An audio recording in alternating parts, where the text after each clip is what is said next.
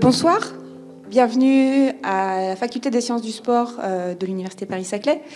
Avant de démarrer l'événement de ce soir, la conférence Nos belles histoires, je vais laisser la parole à Christopher Aubois, doyen de la faculté, pour quelques paroles. Merci. Merci beaucoup. Bonsoir à toutes et à tous.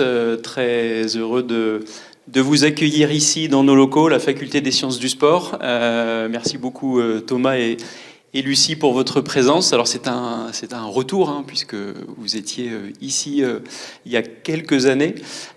Donc merci à Karine et puis à toutes ces équipes pour cette belle initiative et puis pour l'organisation de cet événement. C'est vrai que quand on a à l'université de belles histoires, eh bien, on aime à les partager. Et on sait combien le sport peut être un beau pourvoyeur de belles histoires. On a vu ça cet été. Donc, très, très impatient de pouvoir vous entendre et puis de partager tout cela avec vous. Donc, bienvenue à vous et puis très belle soirée.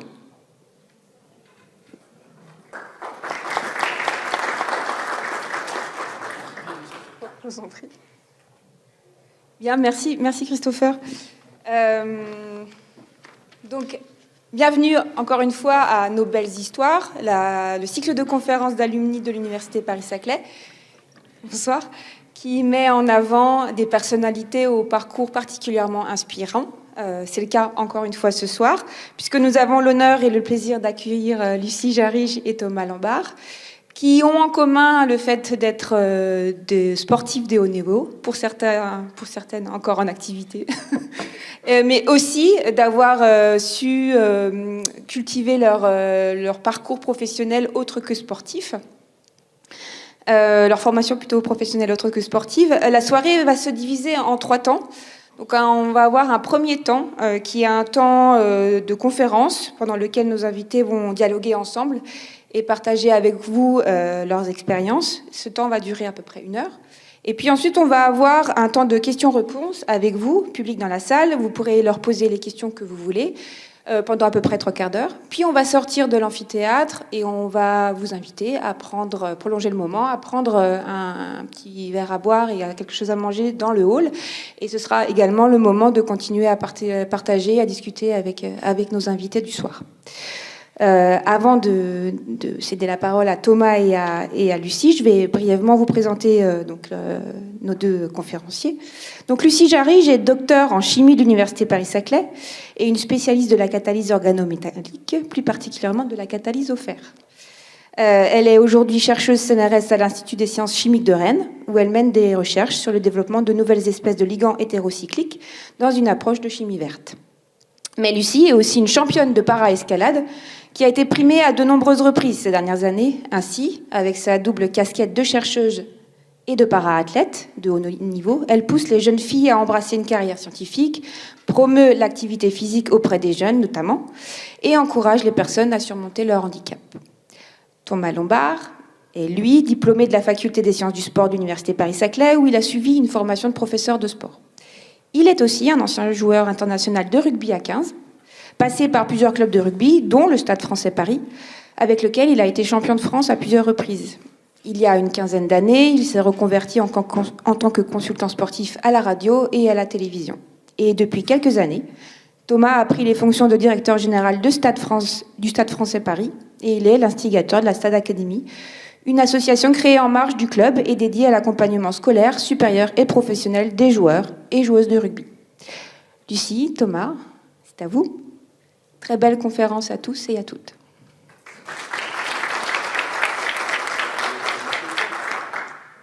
Bonsoir.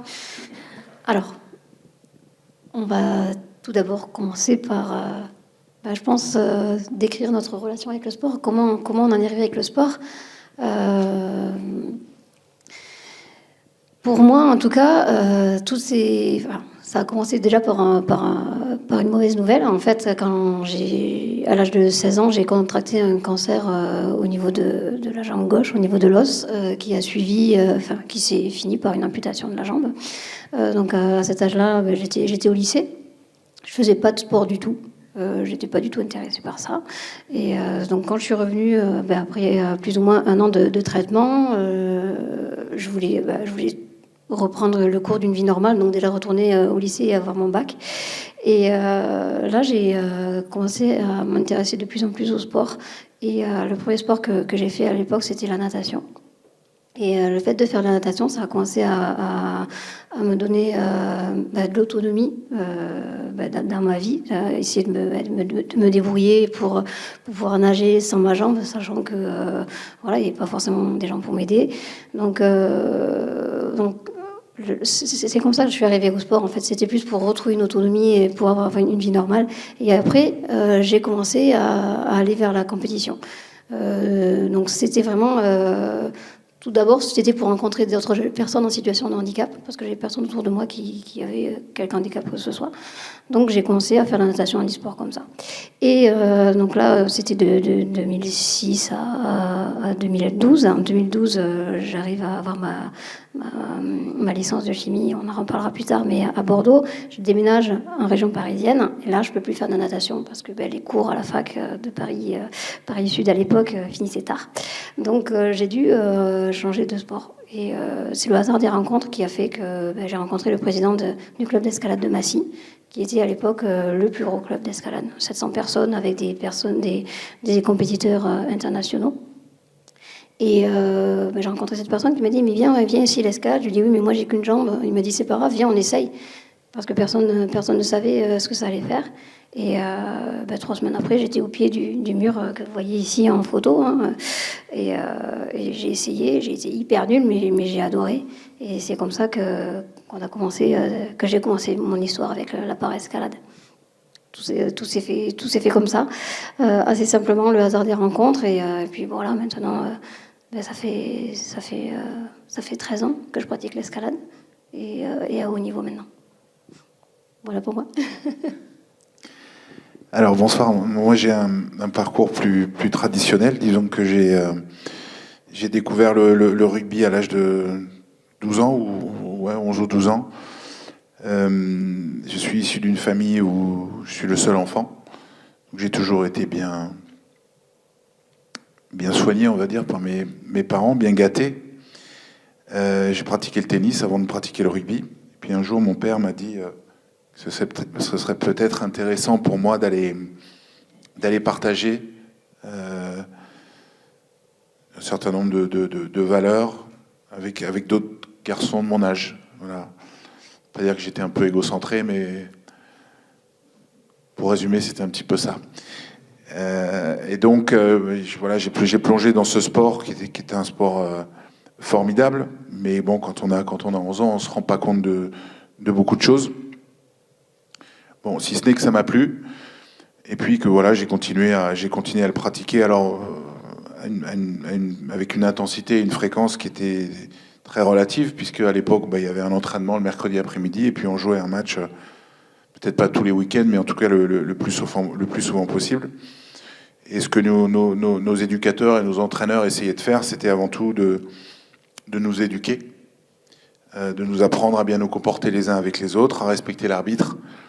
Et puis si on pouvait essayer de jouer correctement au rugby et de gagner un match de temps en temps, c'était bien. Et puis le temps a fait que la pratique me plaisant, je m'y suis impliqué de plus en plus. J'avais certainement quelques qualités qui m'ont permis de changer ensuite de club, de commencer à faire les premières sélections départementales puis régionales.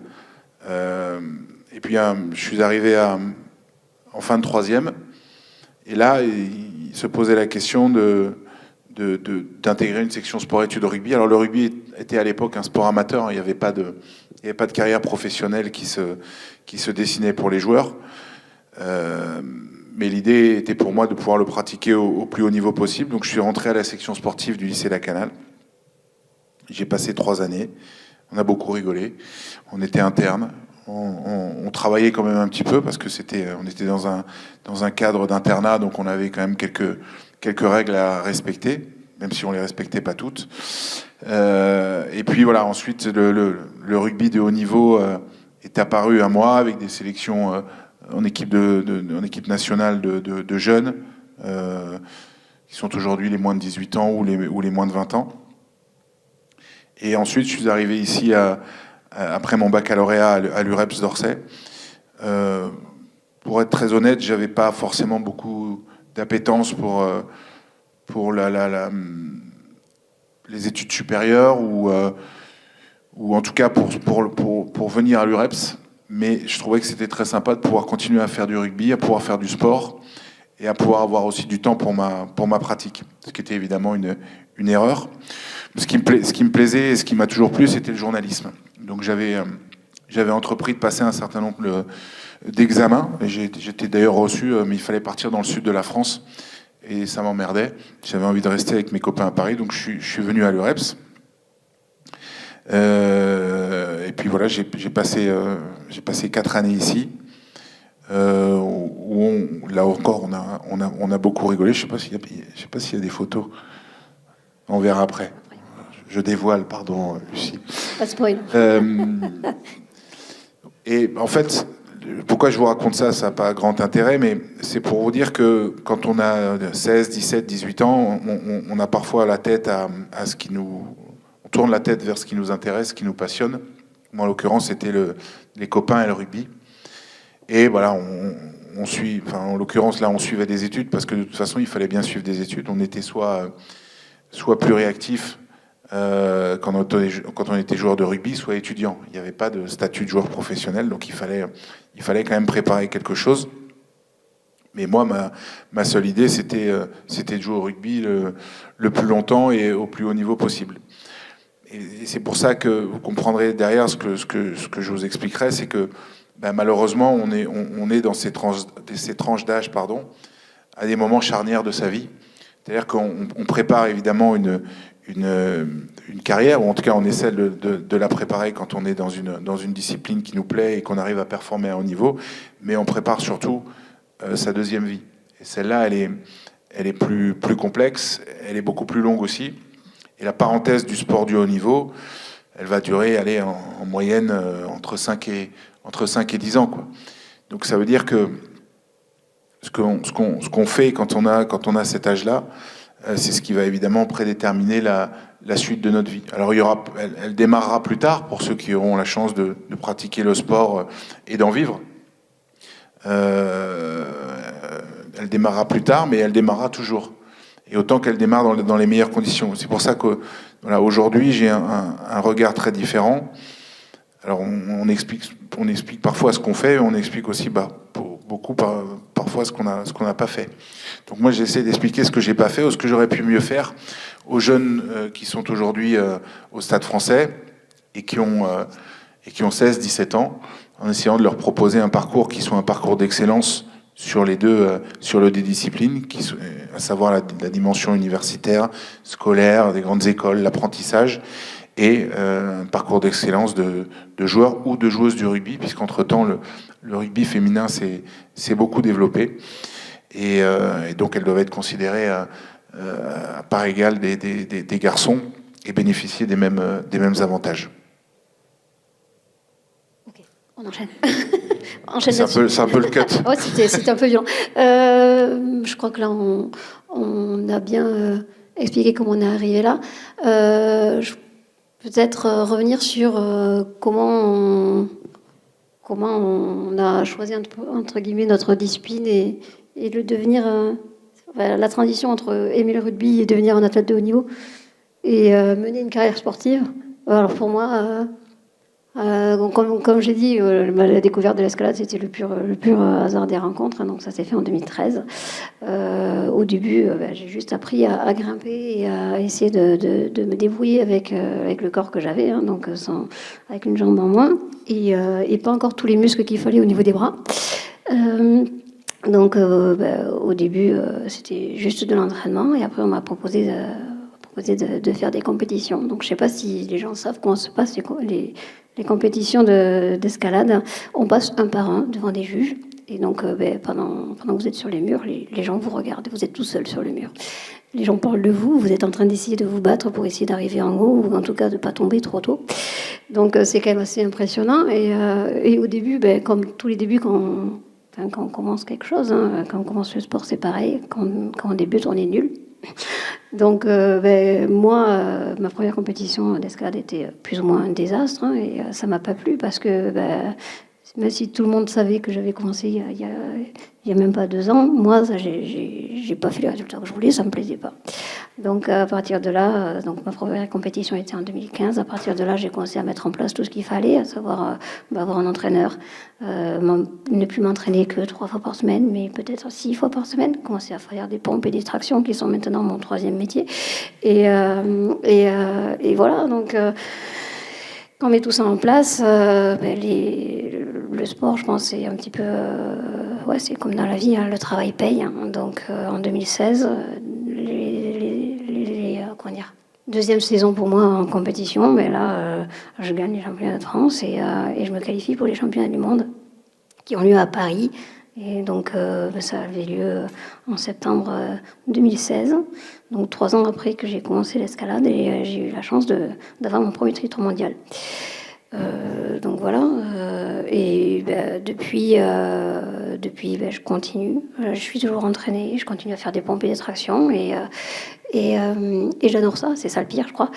Et donc depuis 2018, 2019, 2021, 2023, en gros, un championnat du monde, c'est plus ou moins tous les 2 ans.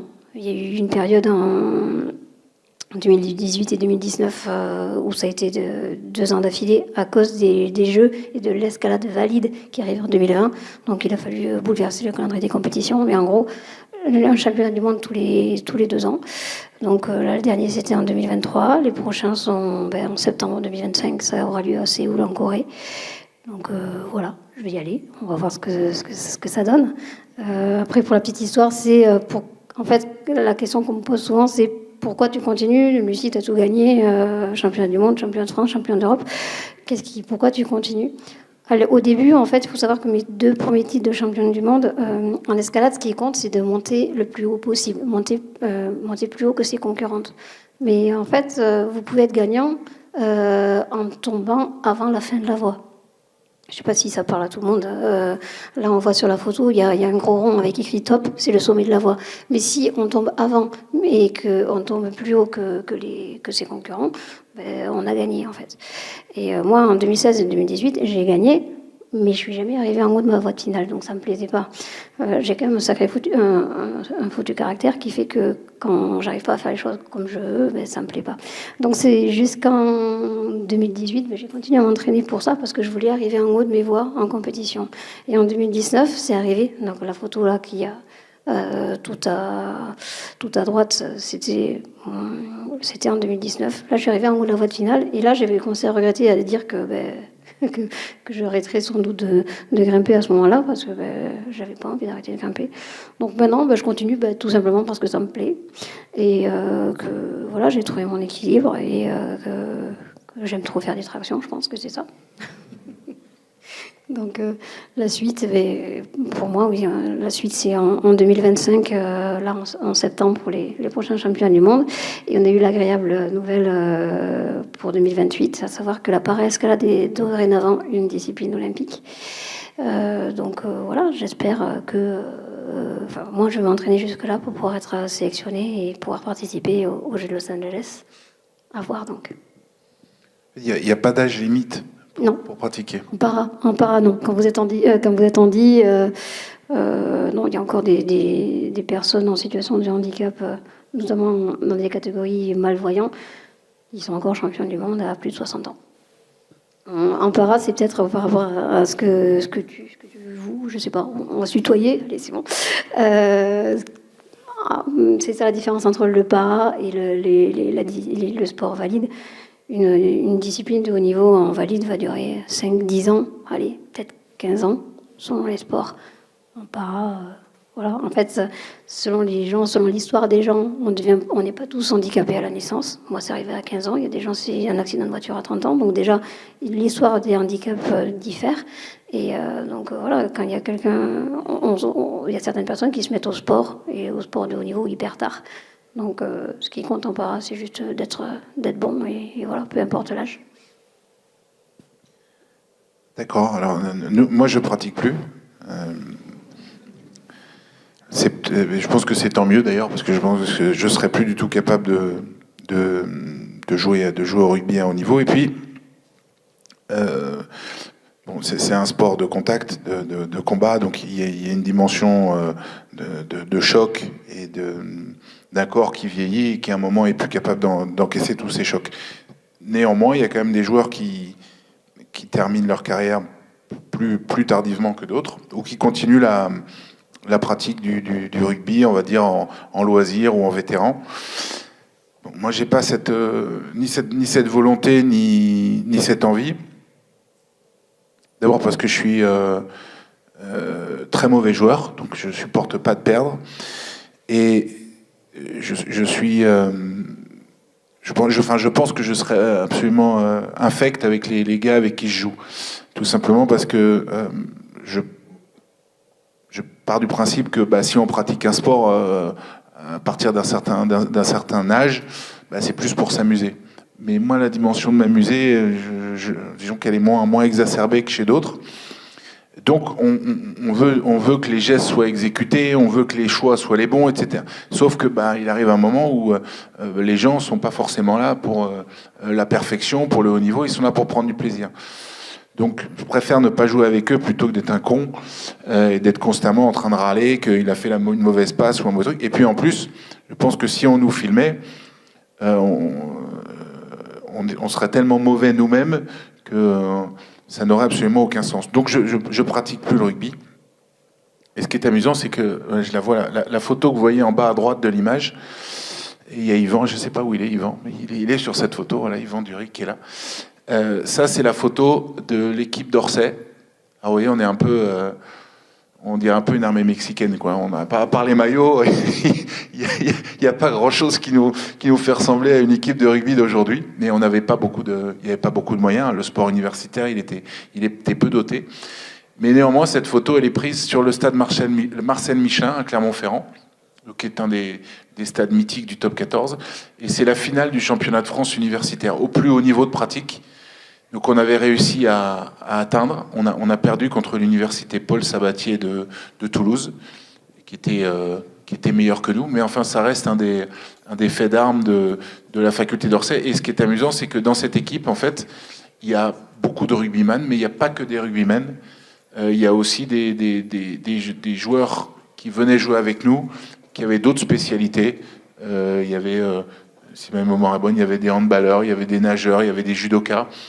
Et donc on avait créé une espèce de dynamique autour de la pratique du rugby et de cette équipe.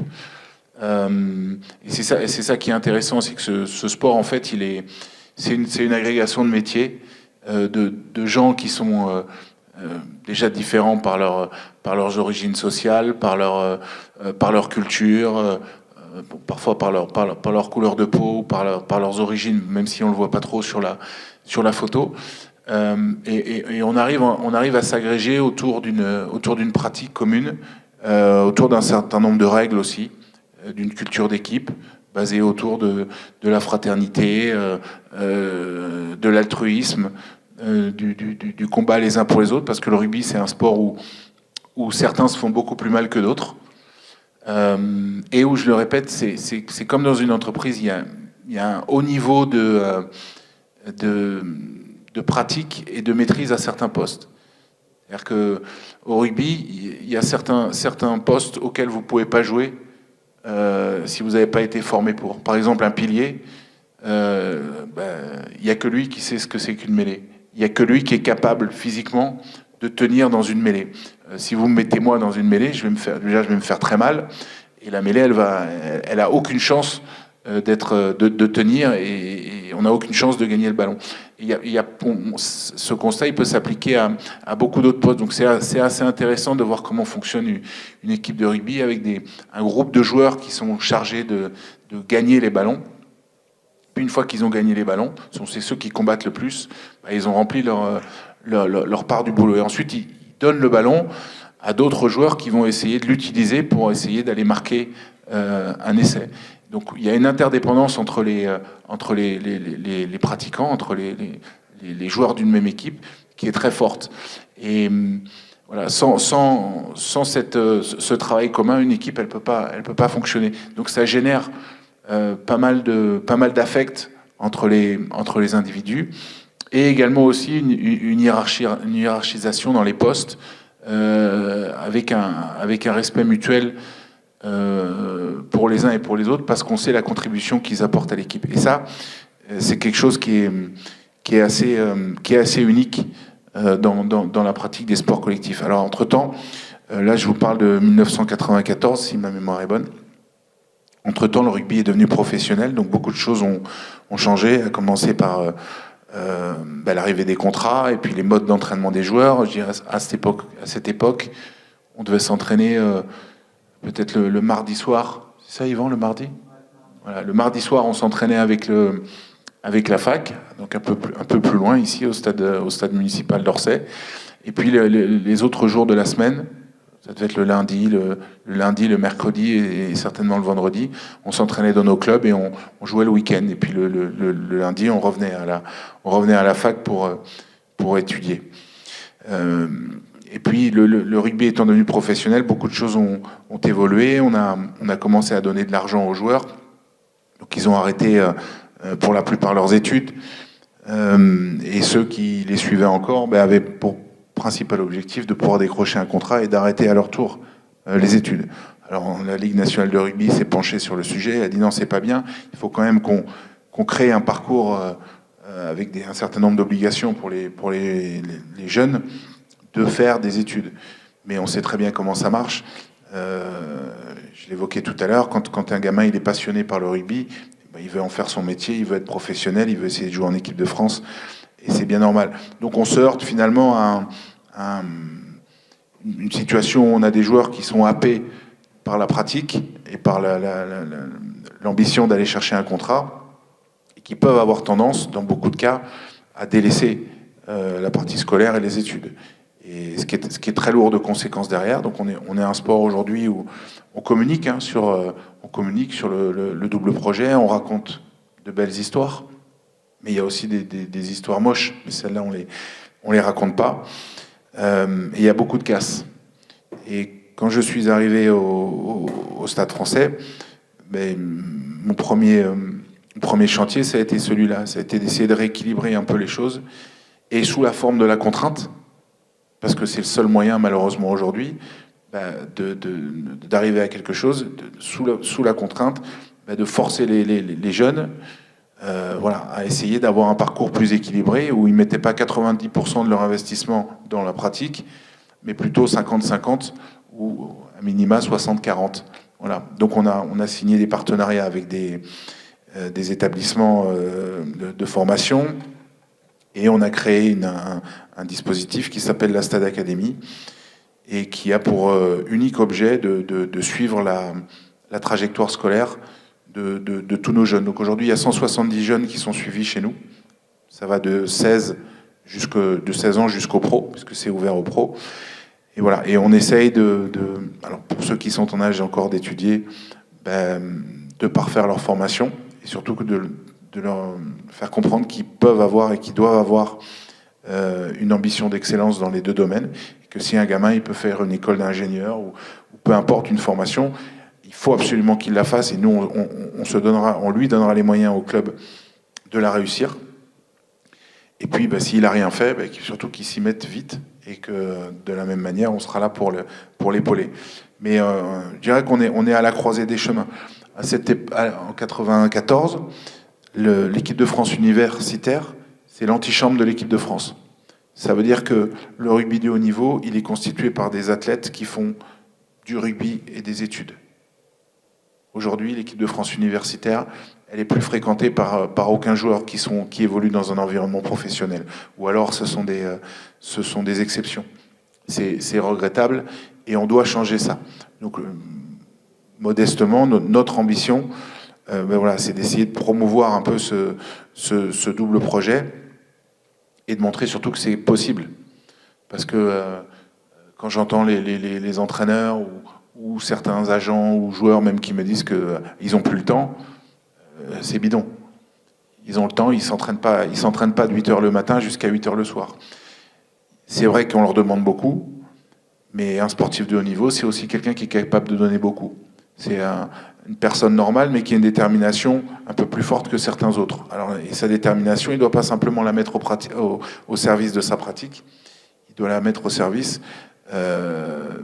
d'une forme d'excellence qu'il va incarner et qui va aussi inspirer d'autres joueurs dans les générations futures. Donc on a vraiment un enjeu très important aujourd'hui sur le rugby, parce qu'on est un sport justement qui a pendant longtemps démontré que c'était possible. On dit le rugby c'est bien, les mecs se foutent sur la gueule, mais à la fin ils boivent un coup et ils se serrent la main. Enfin ils se serrent la main et ils boivent un coup. Il faut mettre les choses dans l'ordre. Ils gagnent de l'argent, mais ça reste raisonnable. Et surtout, voilà, il est fréquenté par tout un tas d'individus avec des formations différentes. Ils apprennent les uns des autres. Aujourd'hui, c'est plus tout à fait le cas. Si vous prenez un effectif de joueurs professionnels, ben, le profil que vous retrouverez dans 90% des cas, c'est un joueur qui a fait un centre de formation, qui a un petit diplôme, ou en tout cas qui suit une formation, mais une fois sur 2 ou une fois sur 3, il n'ira pas au bout, mais qui est joueur professionnel. On a perdu en fait tout ce qui faisait le sel et la différence du joueur de rugby de haut niveau en France. Donc on se doit, à mon avis, de corriger ça rapidement, parce que vu les niveaux de rémunération et vu l'émergence de l'argent dans notre sport, on a de gros risques si on corrige pas tout ça. Après, pour rebondir à ce que tu as dit, je pense que c'est un problème purement, enfin, peut-être pas que français, pas purement français, peut-être européen, mais si on compare le modèle US, où la pratique sportive à haut niveau est compatible avec des études. Je reprends le cas des études parce que moi, je sais que quand j'ai commencé à vouloir m'entraîner beaucoup en escalade et à mettre des choses en place au niveau des cours de la fac, donc je me demandais juste un aménagement en fait des cours. Le souci, c'est qu'on demande, oui, mais c'est quoi tes résultats? Et en fait, c'est le serpent qui se mord la queue. Toi, tu commences ton sport en compétition, t'as pas de résultats, mais parce que t'as pas le temps de t'entraîner à cause de tes cours. Et tes cours ne peuvent être aménagés que si t'as des résultats. Donc au final, t'avances pas. Donc il y a que... effectivement, il y a des associations, des associations sportives, je me rappelle plus du terme, des cursus spécifiques, notamment pour le rugby et tout, mais je pense qu'il y a beaucoup de disciplines sportives qui n'ont pas la chance d'avoir cette possibilité-là de faire des études et en même temps que son sport.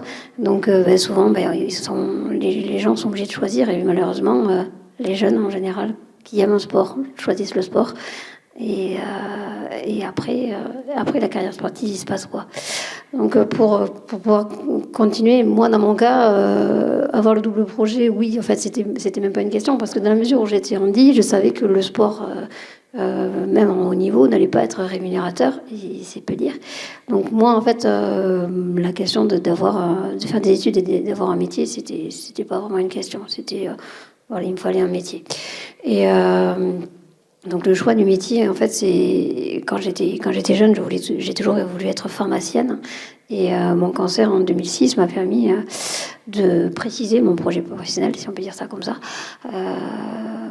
Disons qu'en échangeant avec tous les gens, tout le corps médical qu'il y avait autour de moi, je me suis rendu compte que c'était pas vendre des médicaments qui m'intéressait, c'était vraiment en inventer d'autres, pouvoir soigner des gens, créer des molécules, créer des médicaments, pardon. Et qu'est-ce que c'est qu'un médicament? C'est une molécule chimique. Donc voilà, c'est comme ça que je me suis dit, je vais être chimiste. Comment on devient chimiste? Tout simplement en faisant licence, master et doctorat. Donc ma licence de chimie, je l'ai faite à Bordeaux parce que je suis originaire de là-bas. Enfin, plus du sud-ouest, Montflanquin pour ceux qui connaissent, mais bon, c'est trop paumé pour le dire. Donc, tu connais? Voilà. Il y a plein de belles choses à Montflanquin. C'est le plus beau village de France 2019. On a une Miss France, on a une secte aussi. Enfin bon, on a plein de choses à Montflanquin. Il y avait du rugby, donc moi aussi, les matchs de rugby, le top 14, tout ça, on suivait. Et quand on est du sud-ouest, je pense qu'on est obligé d'aimer le rugby. Oui, j'aime le rugby, il vaut mieux. Donc j'ai fait mes licences à Bordeaux. Après j'ai bougé. Je suis arrivée ici à l'université Paris-Sud à l'époque pour faire mon master. Et puis parce que je me plaisais bien et que je faisais l'escalade, j'ai fait mon doctorat ici, donc pas loin d'ici, à l'Institut Alors, c'est Institut de chimie des sciences naturelles, c'est à Gilles-sur-Yvette, en dessous du plateau. Et donc, après, j'ai soutenu ma thèse en 2018. C'est là que je suis partie en Allemagne pour mon post-doctorat. Je suis allée à Marbourg, une petite ville au nord de Francfort, pendant 2 ans, sans parler allemand. Ouais, ça n'a pas été simple. Mais je parle très bien. Du coup, on parlait anglais. Je parle allemand, mais uniquement pour la nourriture. Voilà. Je viens du sud-ouest, donc j'ai quelques priorités dans la vie. J'ai eu la chance de trouver une petite ville qui avait un super mur d'escalade. Donc j'ai pu continuer à m'entraîner et rester à haut niveau pendant ces 2 ans-là. Et en 2020, à la fin de mon postdoc, je me suis dit, bon, ben voilà, faut revenir en France, parce que bon, les saucisses, c'est bien, mais le foie gras, c'est mieux. Donc, revenant en France, j'ai tenté le concours CNRS et je l'ai eu, mais c'était pour la Bretagne, donc pour Rennes. C'est comme ça que j'ai atterri à Rennes. Je ne connaissais rien du tout. Je ne connaissais pas les Bretons.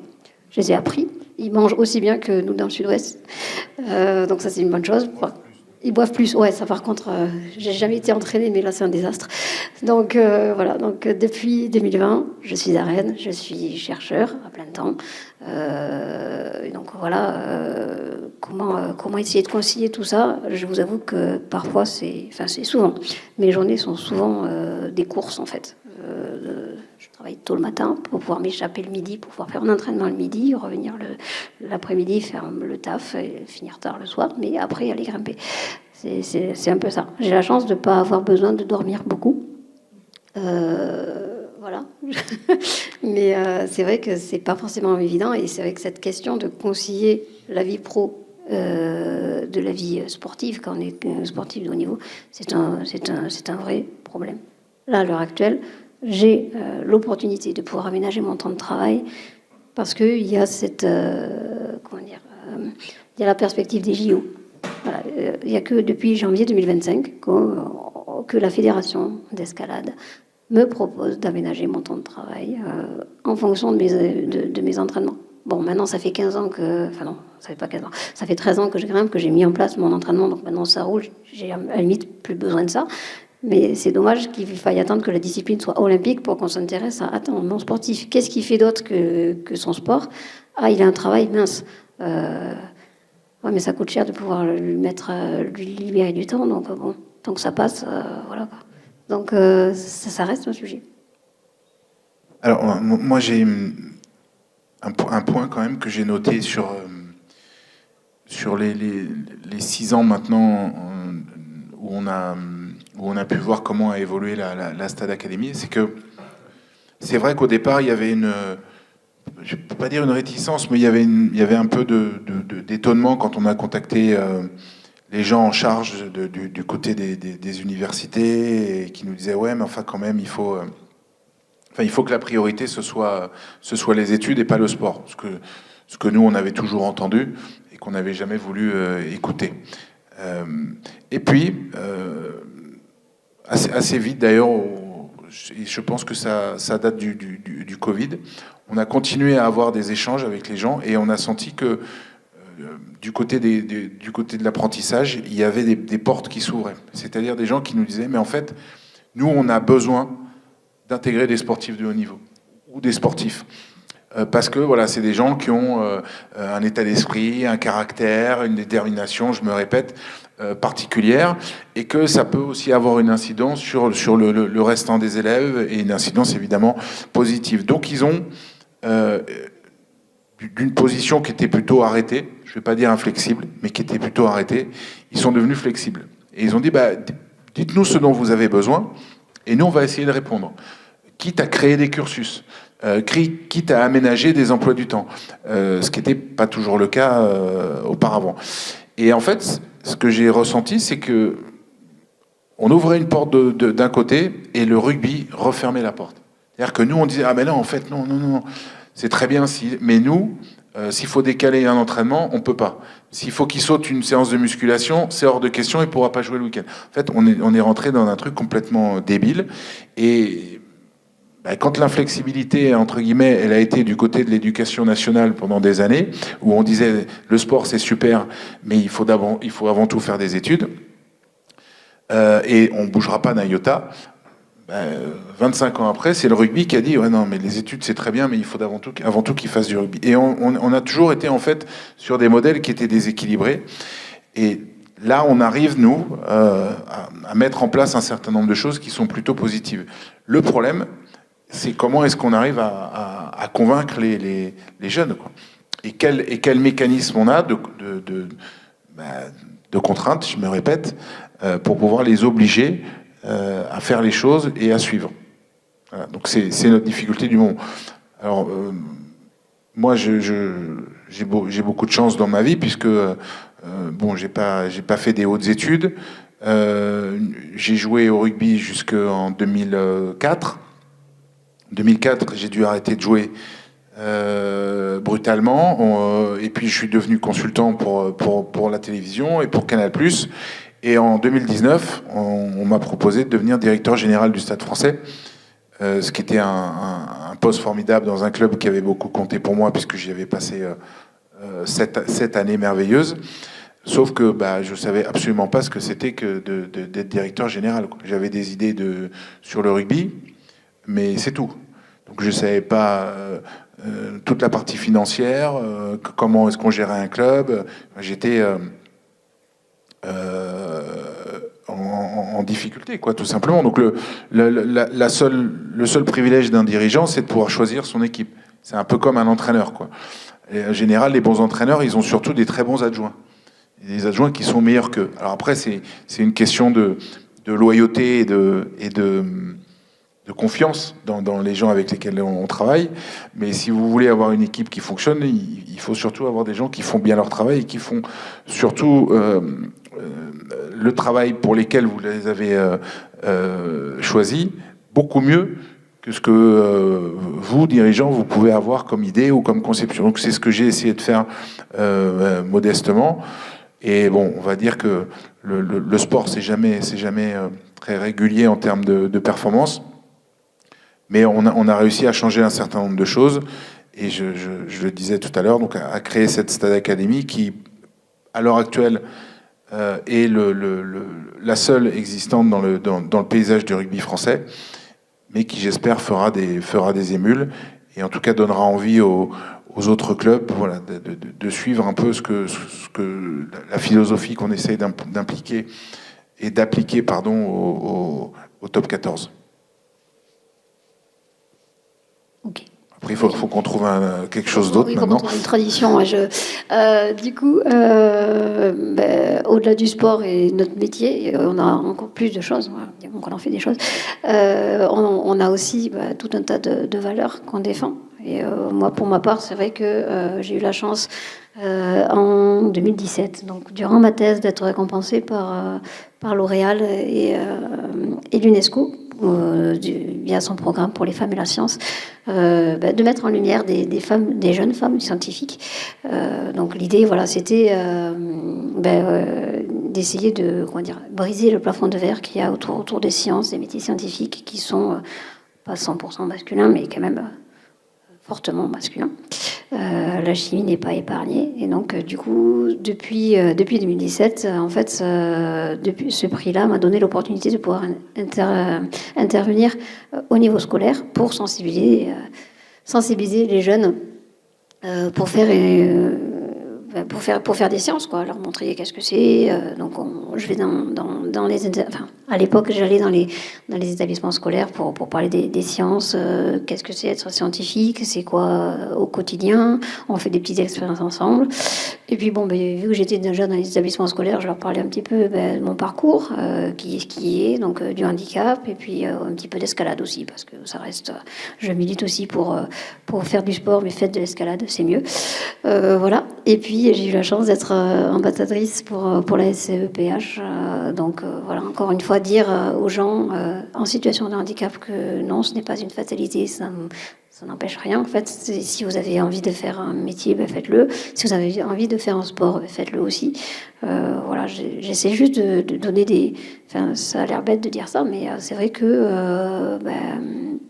faut pas attendre que ça vienne des gens, sinon on a envie de faire un truc. Et moi, j'ai dû me débrouiller pour arriver aux objectifs que je m'étais fixés. Donc, mon objectif à la base, c'était reprendre une vie normale et d'avoir mon bac. je l'ai eu avec mention bien. Et après, après une vie normale, je ne sais pas si maintenant elle est trop normale, mais en tout cas, j'ai mon permis, j'ai un métier, j'ai un sport que j'aime. Maintenant, j'en ai même 4, puisque un sport, ça suffit pas. Donc, je fais du triathlon à côté. Donc, c'est vraiment juste pour dire aux jeunes, déjà, n'ayez pas peur d'avoir de l'ambition, parce que je pense qu'on en parlait tout à l'heure, le Covid a fait beaucoup de dégâts, notamment en termes d'ambition. Et ce que Thomas disait à très juste titre, c'est que les jeunes maintenant n'ont plus beaucoup envie de faire des études. Et je pense que pour ça, il y a les réseaux sociaux qui sont assez dévastateurs. Moi, je milite contre ça aussi. Quand on voit sur TikTok, Instagram et compagnie qu'il y a des gens qui vont se faire 10 000 euros par mois entre guillemets, sans rien faire, ça motive pas à vouloir faire des études, quelles qu'elles soient longues ou pas. Et c'est vrai que moi, quand je vais dans une intervention scolaire, on me demande mon salaire. Je leur dis le niveau d'études, le salaire. Là, ils comprennent très bien que c'est pas rentable. Non, ce n'est pas rentable. Mais au-delà de la rentabilité d'un métier, il y a les valeurs que ça. Et, enfin,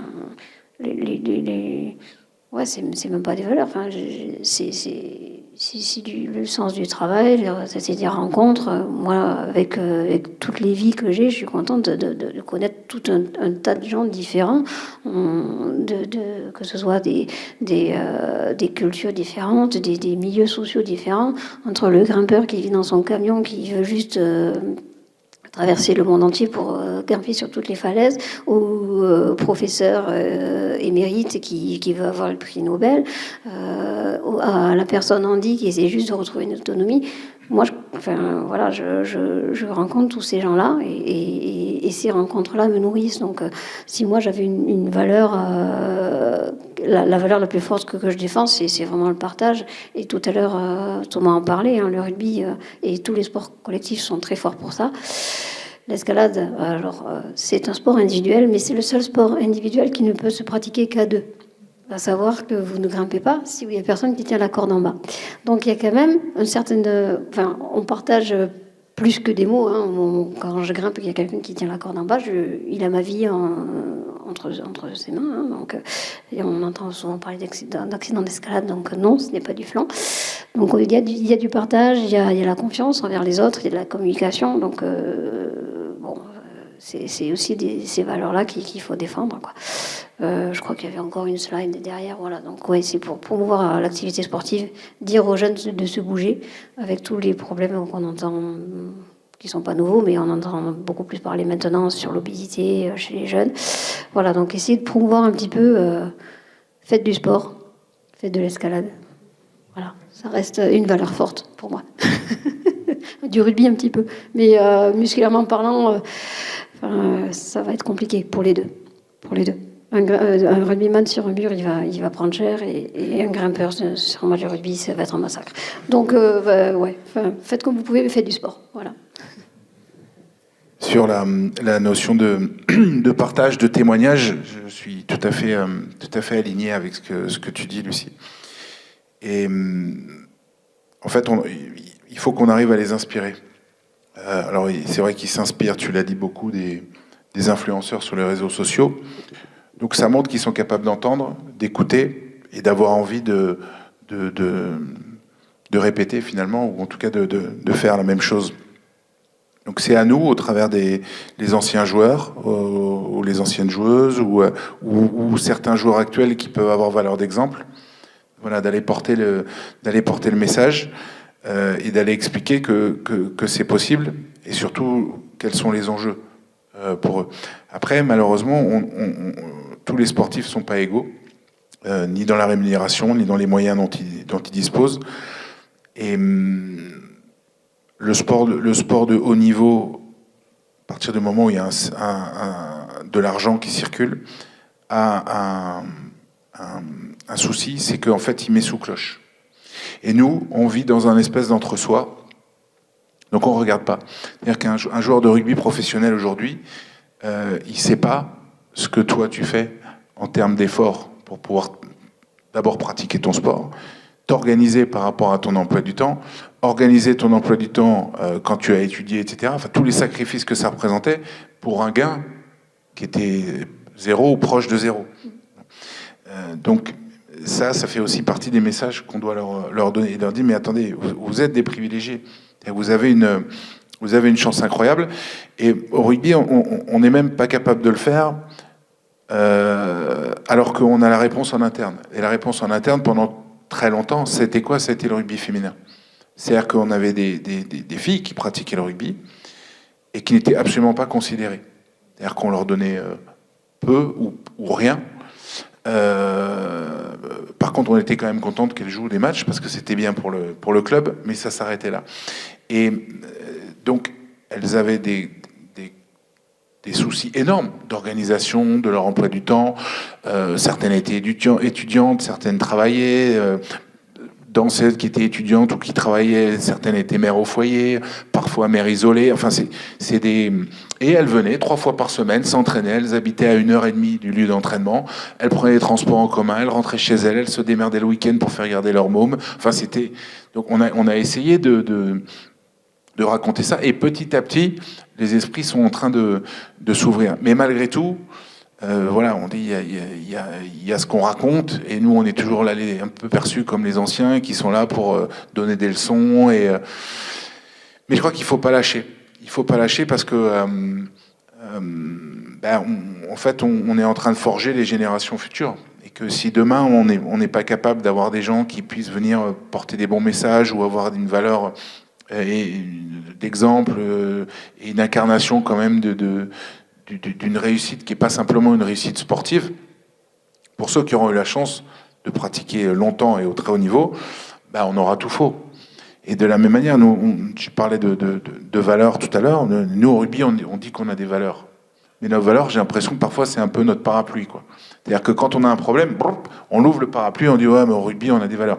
Mais en fait nos valeurs, je fais souvent cette comparaison, mais c'est comme les valeurs d'une entreprise. C'est quoi notre raison d'être? C'est quoi notre raison d'agir? Et est-ce que les valeurs qu'on placarde comme ça partout au rugby en disant, comme moi je l'ai dit tout à l'heure, d'ailleurs, on est un sport où on est solidaire, on est altruiste, mais est-ce qu'elles parlent aux jeunes actuellement? Ou même une valeur qu'on érige souvent comme une valeur fondamentale du rugby, le respect de l'arbitre, le respect de l'adversaire, etc. Mais est-ce que ma notion du respect à moi, Thomas Lombard, 50 ans, est-ce que c'est la même, et ma conception du respect, est-ce que c'est la même que celle d'un jeune qui a 16 ans aujourd'hui? Probablement pas. Donc on doit revisiter tout ça. Et on doit remettre tout ça au goût du jour, de manière à ce qu'ils puissent l'appréhender plus facilement, et que ça parle et que ça leur parle plus profondément. D'abord parce que peut-être la réflexion elle viendra d'eux et qu'on arrivera à les inclure dans ce travail de réétablir et de refaçonner ces valeurs. Et puis parce que si ça vient d'eux, ils seront plus enclins à le défendre et à le porter, plutôt que on leur présente ça en leur disant voilà, il faut que tu fasses comme ça, comme ça, comme ça. C'est très directif. Et quand c'est trop directif, au bout d'un moment, on perd les gens. Ou alors on les embarque pas dans la durée. Et voilà, leur faire comprendre que un sportif de haut niveau, c'est quelqu'un dans son sport qui peut incarner quelque chose, mais il a aussi un rôle d'ambassadeur par rapport aux autres sur la globalité de sa personnalité, et pas simplement sur le simple fait d'être un bon joueur de rugby ou un bon joueur de foot, ou peu importe. C'est quelqu'un qui doit apporter une plus-value. Et à ce titre-là, ils ont un rôle à jouer. Mais pour qu'ils acceptent de le jouer, ce rôle, d'abord, il faut qu'on leur donne les cartes, il faut qu'on leur donne les moyens, et ensuite, il faut qu'on arrive à les valoriser. Et le problème, c'est que moins ils font autre chose que du rugby, moins ils sont en confiance. Donc ils veulent plus y aller. Ils veulent plus aller parler à la presse. On leur dit tiens, viens dans une école. Ah mais qu'est-ce que je vais leur dire? Mais tu vas leur raconter, gars. Tu vas leur raconter ce que tu fais, que tu as peut-être fait de la merde quand tu étais à l'école et qu'aujourd'hui tu t'en mords les doigts. C'est pas grave. Mais eux, ça va leur faire du bien d'entendre ça. Je prends cet exemple-là, je pourrais aussi prendre l'exemple de celui qui a réussi. Il y en a, Dieu merci, qui ont fait des études et qui montrent que c'est possible. Donc tous les témoignages sont bons à prendre à partir du moment où on arrive à les mettre en place. Et ça aussi, c'est ce qu'on essaie modestement de faire au travers de la Stade Academy, c'est-à-dire les embarquer sur des missions de sport santé, des missions d'inclusion, aller dans les hôpitaux, voir un peu ce que c'est que la souffrance des gamins qui ont rien, qui ont des maladies orphelines et qui n'arrivent pas à s'en sortir, les impliquer pour aller avec des associations comme l'Ordre de Malte, faire des maraudes, voilà. Essayer d'avoir un parcours de développement qui soit pas simplement sur le terrain ou à la salle de musculation ou avec le préparateur physique, mais d'avoir un parcours global qui permette de faire, ce que je dis souvent, de meilleures personnes qui feront de meilleurs joueurs. Et je pense que l'erreur du sport du haut niveau, en tout cas l'erreur que le rugby a peut-être commise, c'est de penser que en faisant de meilleurs sportifs, on allait faire de meilleures personnes. Mais ça marche pas. En fait, en t'écoutant, on dirait que la professionnalisation du rugby, enfin, si on prend ton opinion, pour toi, ça a été que du négatif? Non, c'est pas que du négatif, mais je pense que la professionnalisation du rugby, pas dans un temps 1, mais dans un temps 2, a amené en fait une pratique unique, qui est la pratique du rugby. Mais ça fonctionne pas. Ou en tout cas, ça fonctionne un temps, et après, il y a une casse sociale qui est énorme, mais sauf que ça, personne ne le raconte. On veut toujours raconter des belles histoires. Mais malheureusement, il y en a, Dieu merci. Mais même prenons Antoine Dupont, que tout le monde connaît aujourd'hui. Antoine Dupont, il gagne très très bien sa vie. C'est un garçon qui est bien éduqué, donc voilà, pour le rugby, c'est un formidable ambassadeur. Mais Antoine Dupont, qu'est-ce qu'il va faire quand il aura 35 ans? Il aura fini sa vie? Il va se lever tous les matins, il va regarder son compte en banque, il sera content, il va faire quoi? Alors, certainement qu'il va se lancer dans des projets, des choses, mais je pense que, et je vous dis très, très sincèrement, je ne sais pas s'il a entamé des formations, etc. J'imagine que oui. Parce que lui est particulièrement bien fait, on va dire, à tous les niveaux, pour pouvoir avoir anticipé ça. Mais c'est pas le cas de la plupart d'entre eux. Et des joueurs, une fois que le précipice de la fin de carrière, il commence à être visible, les gars, ils commencent à freiner des deux pieds et à vouloir rétro-pédaler, mais c'est trop tard. Donc ils arrivent, et puis au bout d'un moment, il faut sauter. Il y en a qui ont le parachute et il y en a qui n'ont pas le parachute. Et malheureusement, on n'en fabrique pas beaucoup, des parachutes.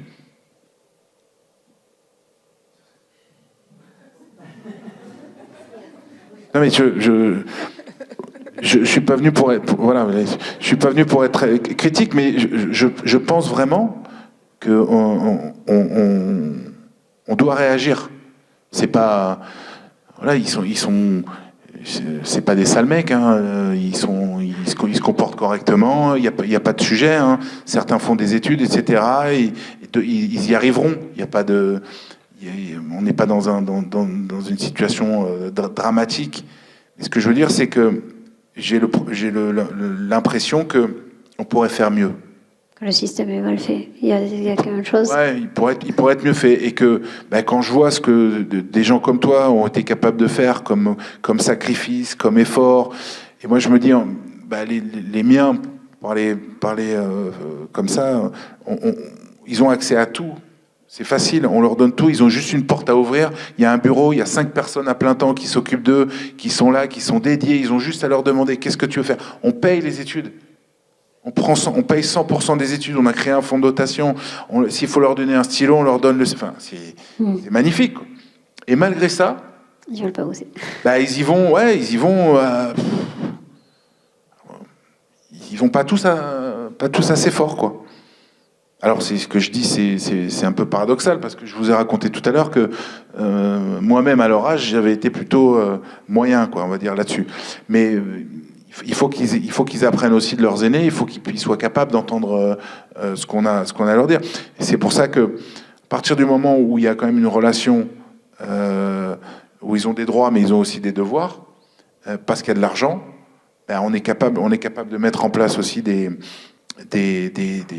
barrières et des cliquets qui doivent activer. Si tu veux monter, si tu veux devenir un joueur professionnel, il faudra que tu valides un certain nombre de diplômes. Il n'y a pas de bon ou de mauvais diplôme, mais il faut valider un diplôme. Il faut que tu nous présentes un projet. Alors ok, tu auras le droit de te tromper une fois, mais tu n'auras pas le droit de te tromper 2 fois. Et si tu te trompes, et si la deuxième fois ça ne te plaît pas, il faudra quand même que tu ailles au bout. Voilà, tout un certain nombre de principes qu'on doit pouvoir appliquer et qu'on n'applique pas nécessairement aujourd'hui. Pourquoi ? Parce qu'on a demandé aux clubs d'investir massivement dans des centres de formation, etc. Et les clubs, une fois qu'ils ont investi, eux, ils ont investi sur un produit qui est un produit de joueurs de rugby. Et puis il dit, voilà, une fois que la ressource elle est tarie, c'est pas grave, on en prendra une autre. Et c'est pas...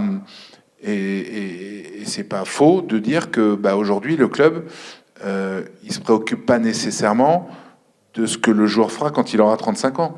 Déjà, il n'est pas certain de le conserver pendant 10 ans, puisqu'on a des contrats plutôt qui durent 2-3 ans chez nous, donc il peut aller dans un autre club. Donc il n'a pas forcément intérêt à se dire ouais je vais le former pour qu'il aille ailleurs.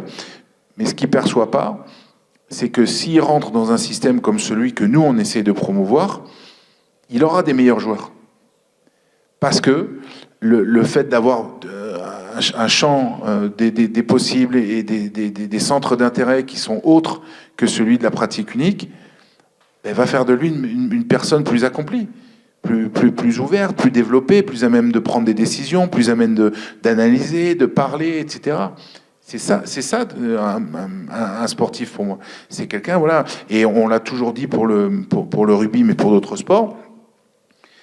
Les sportifs qui ont pratiqué à haut niveau, c'est des gens qui amènent une plus-value. Voilà. Une plus-value, pas nécessairement dans la pratique stricte de leur métier, mais par leur état d'esprit, par leur capacité à mobiliser les autres, à travailler en équipe, à ne rien lâcher, etc. etc. Mais ça, c'était valable il y a 15 ans, ou 20 ans, ou 30 ans, ou 50 ans. Mais est-ce que c'est encore valable aujourd'hui? Je ne sais pas. Mais je me pose la question parce que qu'est-ce qu'ils ont fait à part du rugby? Après, un grimpeur ne lâchera jamais.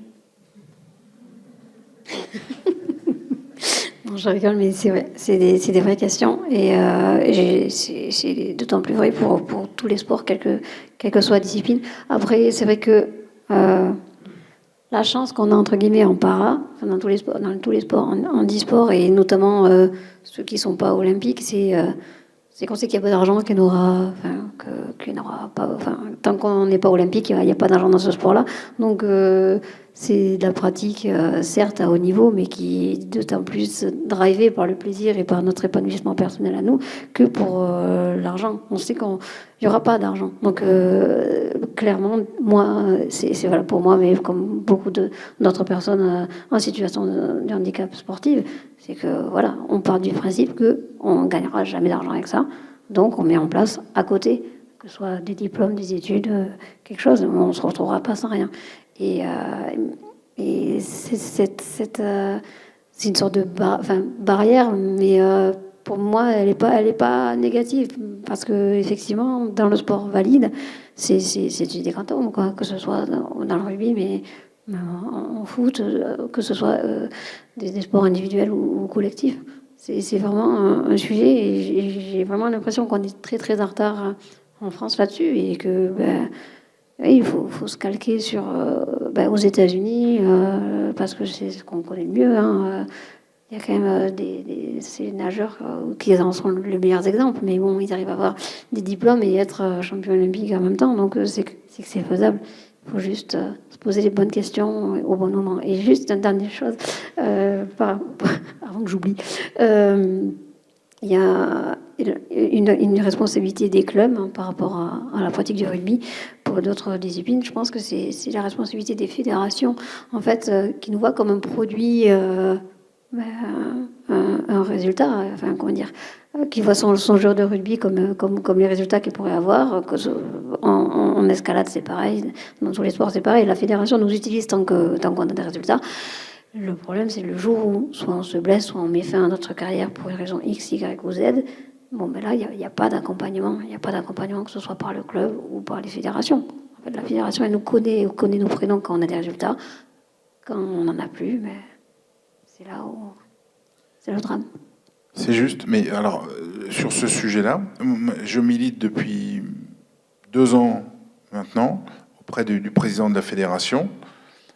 Quand vous vous inscrivez au rugby, vous devez prendre une licence, c'est normal pour pouvoir pratiquer et être assuré. Et vous remplissez un certain nombre de documents. Donc il faut un certificat médical, il faut signer un truc RGPD en disant que vous êtes d'accord qu'on vous prenne en photo, qu'on transmette vos informations, un protocole en disant que vous vous engagez à ne pas vous doper, ce qui est normal. Et puis je crois que ça s'arrête là. Et je dis au président de la fédération, alors ça n'a valeur que d'affichage, mais pourquoi est-ce que pour les jeunes, on ne fait pas remplir un petit papier en disant que si tu pratiques le rugby, tu dois aussi faire des études. Ça aura le mérite au moins de fixer quelque chose, de fixer un cap en disant voilà, on essaye d'associer les deux. Et pourquoi je dis ça? Parce que tu parlais tout à l'heure du modèle américain, du sport US, qui est le même un peu que le sport en Angleterre, que moi j'ai connu puisque j'ai joué là-bas. En fait, on fait du sport de haut niveau dans le cadre de l'école, qui est formidable, puisque dans l'école, il y a des règles. Et le rugby, en Angleterre, c'est une matière. Tu pratiques le rugby, t'aimes le rugby, tant mieux, t'aimes pas le rugby, c'est pas grave, tu vas quand même faire du rugby. Mais tout ça se fait dans un cadre organisé, obligatoire, entre guillemets, et qui permet de fixer des règles et surtout de les faire respecter, sinon c'est dehors. Mais le sport en France, c'est pas comme ça. Tu pratiques dans un club, tes parents te payent la licence, si t'es pas content, bah, tu t'en vas puis tu changes de club. Ou tes parents, ils vont voir l'entraîneur et ils disent non, m'emmerdez, là, mon fils, il joue jamais, je suis pas content, blablabla. Mais à l'école, tu vas jamais gueuler sur le prof parce que ton fils, il a une sale note ou que ta fille, elle joue pas à l'équipe de volleyball. Donc, c'est un vrai débat qui date pas d'aujourd'hui, mais est-ce qu'aujourd'hui, on ne doit pas aussi se poser la question? Et la Stade Académie qu'on a créée, c'est quoi en fait?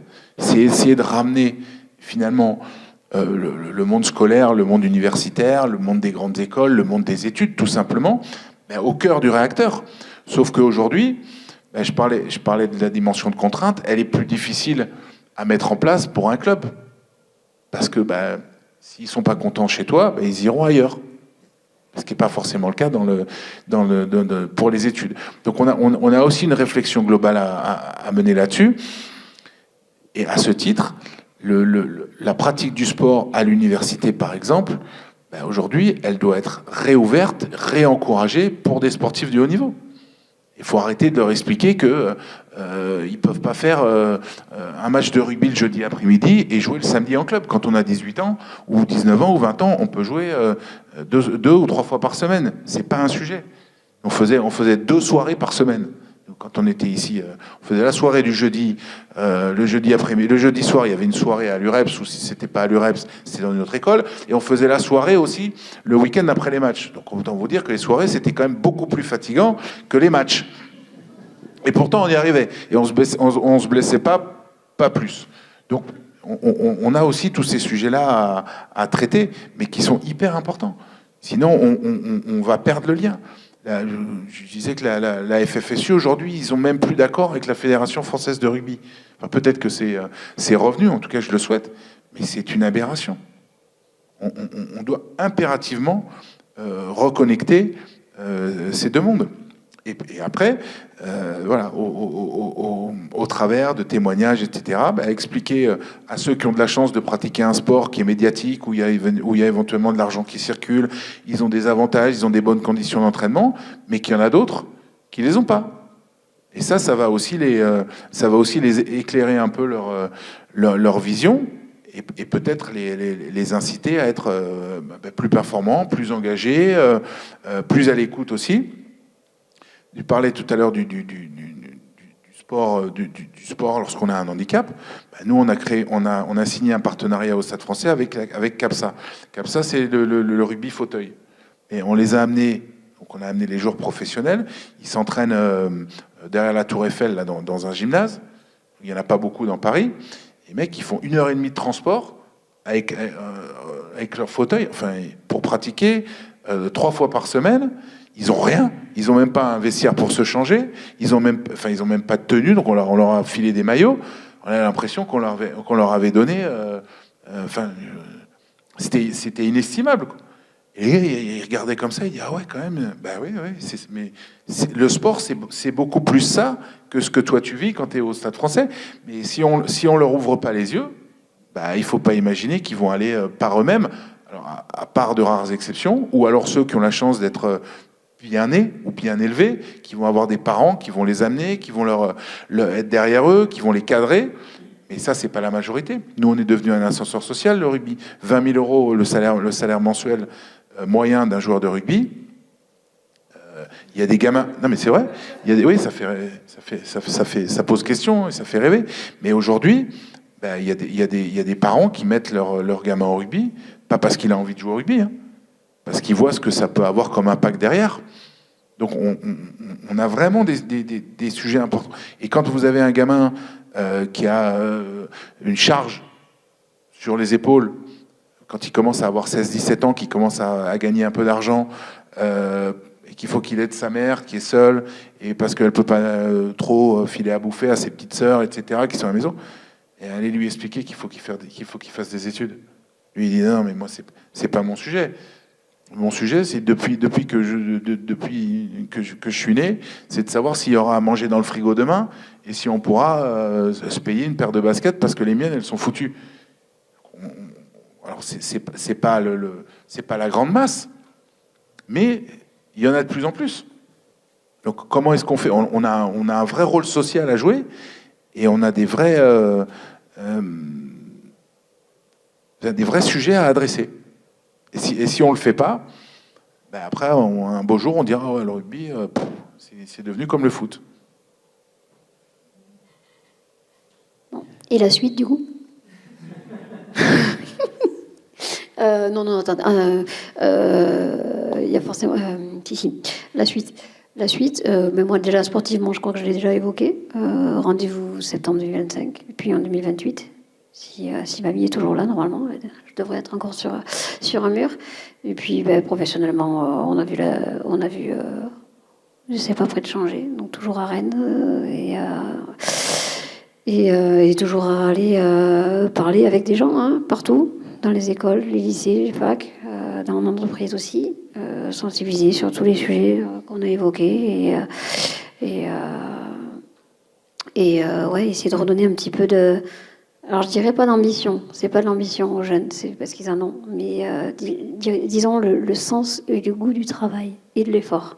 Parce que bizarrement, comme disait Thomas très justement, même si ce sont des sportifs de haut niveau qui, je pense, ils doivent envoyer sévère pendant les entraînements, mais à côté de ça, ils ont, je sais pas, c'est pas l'envie ou ils ont pas envie de faire des efforts en dehors de la pratique sportive et comme on l'a déjà dit, ça ne peut être que délétère pour eux. Donc voilà, je pense qu'il faut continuer à militer et voilà. Et la suite, c'est leur expliquer qu'ils font, en tout cas pour beaucoup d'entre eux, quand ils ont la chance, de signer un contrat, ils font le plus beau métier du monde. C'est-à-dire qu'ils se lèvent le matin, ils viennent s'entraîner. Ils n'ont rien à faire, hein. Tout est fléché, c'est formidable. On leur lave même les affaires. Et surtout, la suite, c'est comment est-ce qu'on arrive à les embarquer, en fait, et comment est-ce qu'on arrive à les manager, et quel changement on est capable de faire nous, puisque c'est nous qui devons changer. On les changera pas en totalité. Donc c'est pas une démarche unilatérale, hein. C'est pas simplement nous, les dirigeants ou les entraîneurs, qui devons nous adapter à eux, mais c'est comment est-ce qu'on arrive à créer d'autres canaux de communication, d'autres moyens de leur faire comprendre que voilà, ils sont engagés dans un projet qui est plus puissant qu'eux, mais qui aura une répercussion sur leur avenir demain ou après-demain, ou quand ils termineront leur carrière. Et la vraie question, c'est, en tout cas pour le rugby, c'est comment est-ce qu'on veut que soit perçu un rugbyman dans 5 ans ? Voilà. Est-ce que c'est un gladiateur qui est indestructible ? Et on sait très bien que tout ça c'est faux, mais le rugby a beaucoup construit son image là-dessus. Nous les premiers au Stade Français. Ou alors est-ce qu'on veut présenter un modèle entre guillemets de sportif plus équilibré, avec quelqu'un qui assume ses forces, mais aussi ses faiblesses, qui incarne une personne qui est intégrée dans la société, même si elle pratique un sport de haut niveau, même si elle vit en vase clos avec son équipe, etc., mais qui a un regard objectif sur le monde dans lequel il vit, qui est capable de s'engager sur le terrain, mais en dehors aussi, et de comprendre qu'il peut servir, pas simplement les intérêts de son équipe ou de son club, mais d'autres intérêts. et d'avoir une valeur d'exemple qui est reconnue. Je pense que le joueur de rugby, il a bénéficié pendant très longtemps de cette image. C'est quelqu'un qui était apprécié. On s'est d'ailleurs affranchi de pas mal de choses dans le rugby. Hein. On s'est pas toujours très bien comporté, mais comme on était joueur de rugby, ça passait plus facilement que pour d'autres sportifs, et on en a profité. Aujourd'hui, c'est plus le cas. Voilà, il y a les réseaux sociaux, on le voit dans l'actualité. Hein. Les joueurs de rugby du 15 de France, quand ils font des conneries, ils se font rectifier, et c'est tout à fait normal.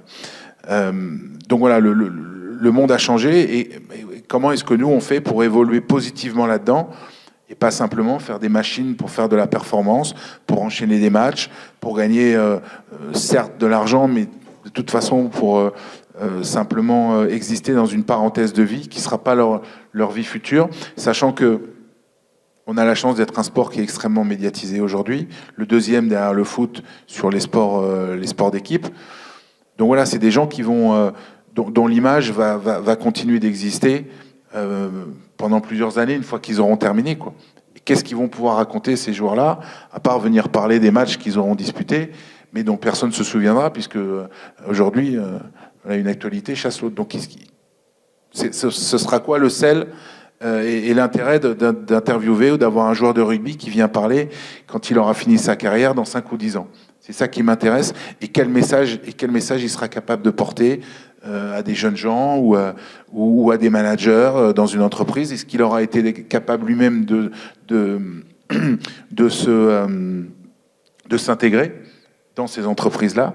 Ou est-ce que le rugby lui aura pas rendu la tâche facile et qui sera en difficulté pour le faire? C'est tout l'enjeu de notre sport. Et je crois que, comme tous les sports qui sont mieux dotés, on a beaucoup à apprendre de ceux qui le sont moins. Mais malheureusement, on ne se tourne pas toujours vers eux.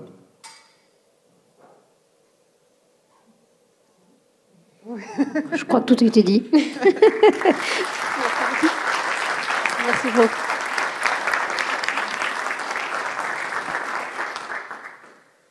Merci Thomas, merci Lucie encore pour cet échange très, très intéressant.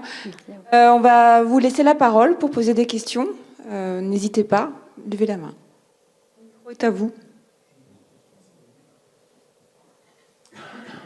Bonsoir. Je travaille pour une entreprise qui fait partie d'un... Je me présente rapidement avant de poser la question. Pour une entreprise qui, avec d'autres clubs sportifs de haut niveau de Massy, dont le club d'escalade et le RCME, ont voulu répondre aux problématiques que vous avez évoquées là, cette soirée, notamment la notion de parachute pour les sportifs en reconversion, etc. Donc on a développé un groupe de 5-6 entreprises, 5-6 clubs de haut niveau, dont le CREPS notamment. Et ça fait la première saison de travail sur la reconversion, l'accompagnement des sportifs. On n'a pas encore eu de reconversion de sportifs de haut niveau, donc de joueurs de rugby qui arrêtent leur carrière à 30 ans ou 35 ans. Et notamment, ce décalage entre le salaire de 20 000 mensuels à éventuellement 3 000, 4 000 mensuels. Est-ce que vous l'avez vécu, ce décalage-là? Et comment, parce qu'on ne sait pas trop encore comment l'aborder, parce que forcément, on ne va pas tirer les foules avec des salaires, on va dire, classiques. Est-ce que vous l'avez déjà vécu, vous, dans votre stade d'académie ou dans votre vie perso? Comment un joueur pro qui gagne autant peut avoir une vie normale avec un salaire normal? Comment ça se passe? Le problème, c'est qu'il dégringole de 15 étages. Oui. C'est-à-dire que quand sa carrière elle s'arrête et qu'il est sous cloche depuis 5, 10, 15 ans, mais il ne sait pas. Il ne sait pas ce que gagne quelqu'un, entre guillemets, de normal, ou en tout cas qui n'est pas sportif de haut niveau. Donc, s'il a une formation, ou s'il a suivi une formation, parfois il arrive à se réinsérer. Donc, il fait un peu la gueule quand on lui explique combien il va gagner. S'il n'est pas trop introverti, il aura été capable d'aller voir des partenaires du club. Donc il va trouver une reconversion avec un partenaire du club qui va, entre guillemets, l'arranger sur la partie financière. En tout cas, faire un petit effort parce qu'il sera content d'accueillir un ancien joueur. Et puis il y a celui qui tombe de sa chaise parce que quand on lui dit « non, il n'y a rien. Il n'y a rien avec les partenaires. Tu n'as aucune formation. » Et aujourd'hui, personne n'est capable de t'accueillir. Et à la limite, si tu veux, on peut te proposer un job pour venir entraîner une équipe. Et tu vas gagner 500 € d'indemnité kilométrique tous les mois.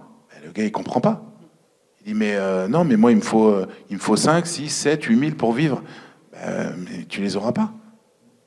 Donc, en fait, c'est toute la partie immergée de l'iceberg, mais dont personne ne parle.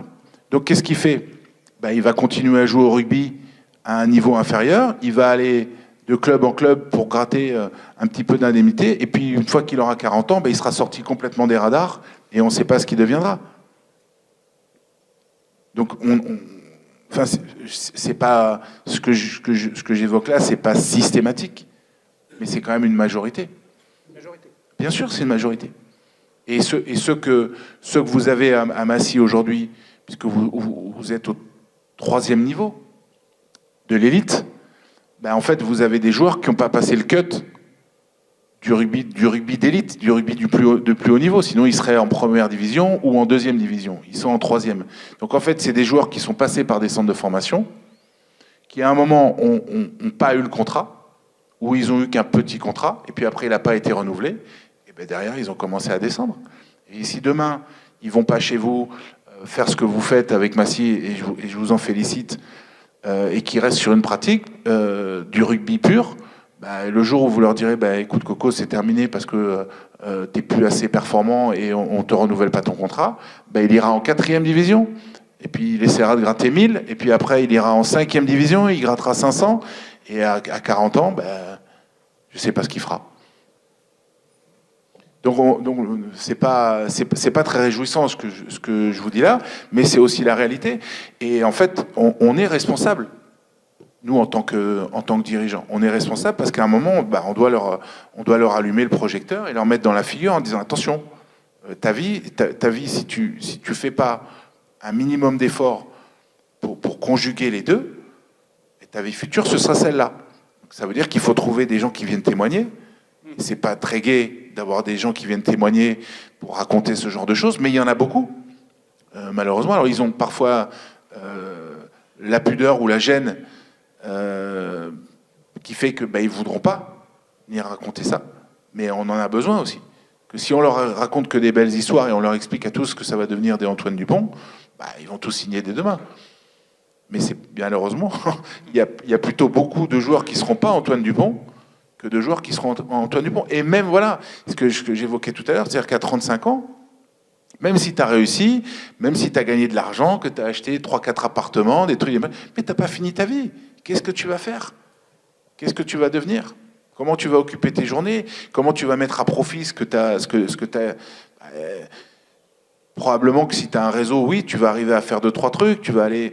Mais c'est quand même mieux si tu as préparé quelque chose avant. Et là, en plus, les clubs te donnent la possibilité de le faire. Sauf qu'on est sur un rapport aujourd'hui d'obligation. Et le rapport d'obligation, il est difficile parce que c'est un combat permanent. C'est-à-dire qu'il faut être derrière eux. Moi, si la Stade Académie, s'il y a 5 personnes, c'est pas parce qu'on a 170 jeunes. Il y a 5 personnes parce qu'ils sont pas trop de 5 pour être constamment sur leurs fesses et sur leurs talons pour les obliger et leur dire voilà, si tu fais pas, tu dégages.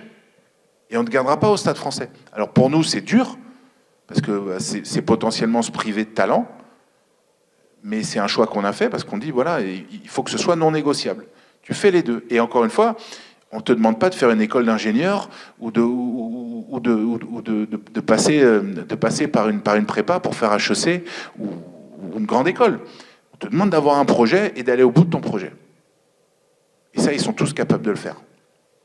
Ou en grande majorité. Et ceux qui, et c'est une exception, ceux qui sont vraiment réfractaires à s'asseoir dans un amphithéâtre ou à aller...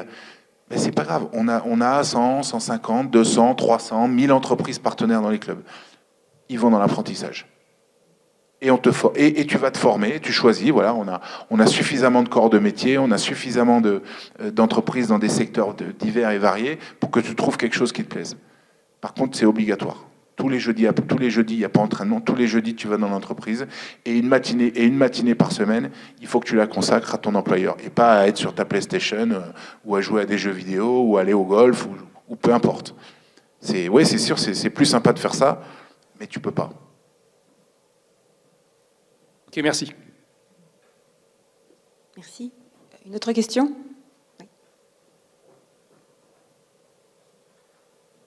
Merci pour vos témoignages. J'avais une question par rapport à ce que vous venez de dire notamment.